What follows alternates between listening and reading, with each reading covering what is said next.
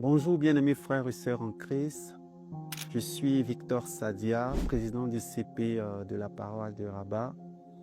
Nous bénissons le Seigneur pour cette grâce qu'il nous fait de pouvoir partager cette portion de la parole de Dieu avec vous dans le cadre de 5 minutes avec Jésus.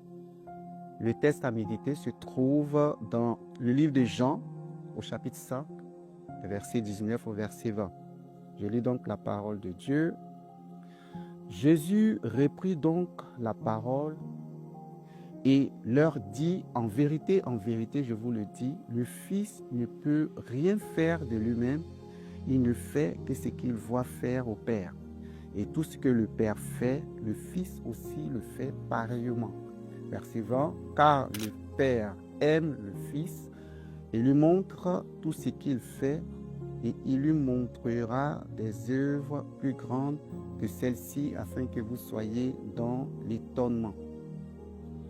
Alors, cette portion de la parole de Dieu a pour contexte Jésus qui se trouve poursuivi par les Juifs pour être tué. Pourquoi? Parce qu'il venait de guérir un homme malade depuis 38 ans, couché sur un lit devant la piscine de Bethesda, cherchant qui allait le jeter à l'eau pour qu'il soit guéri. Et Jésus a posé cet acte quand un jour de sabbat, raison pour laquelle les Juifs cherchaient à le tuer. Alors, et Jésus, là, il reprend la parole pour leur faire comprendre que l'acte qu'il vient de poser, en fait, il ne l'a pas fait selon son propre chef, mais il l'a fait selon la volonté de Dieu.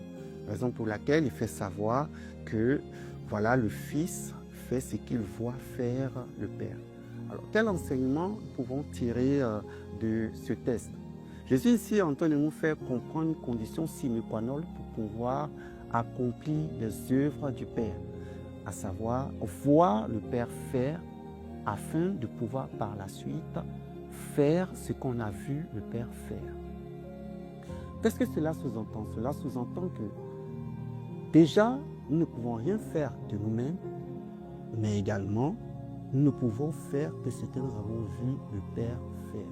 C'est-à-dire, si tu n'as jamais vu le Père, par exemple, guérir les malades, chasser les démons, faire des prodiges, tu ne pourras jamais penser à le faire. Voir le Père faire, qu'est-ce que cela veut dire? Cela veut dire que nous devons avoir une vie d'intimité avec le Saint-Esprit.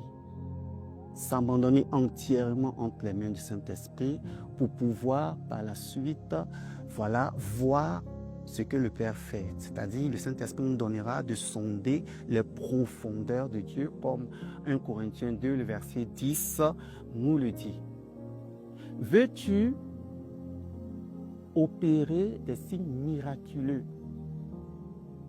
Laisse le Saint-Esprit aiguiser ta vue par les œuvres que le Père exécute. Nous avons l'exemple, par exemple, de l'apôtre Paul, qui peut nous dire en 1 Corinthiens 11, verset 1, « Soyez mes imitateurs comme je le suis de Christ. » Et nous savons tous ce que l'apôtre Paul a accompli. Il parle d'être imitateur de Christ. Amen.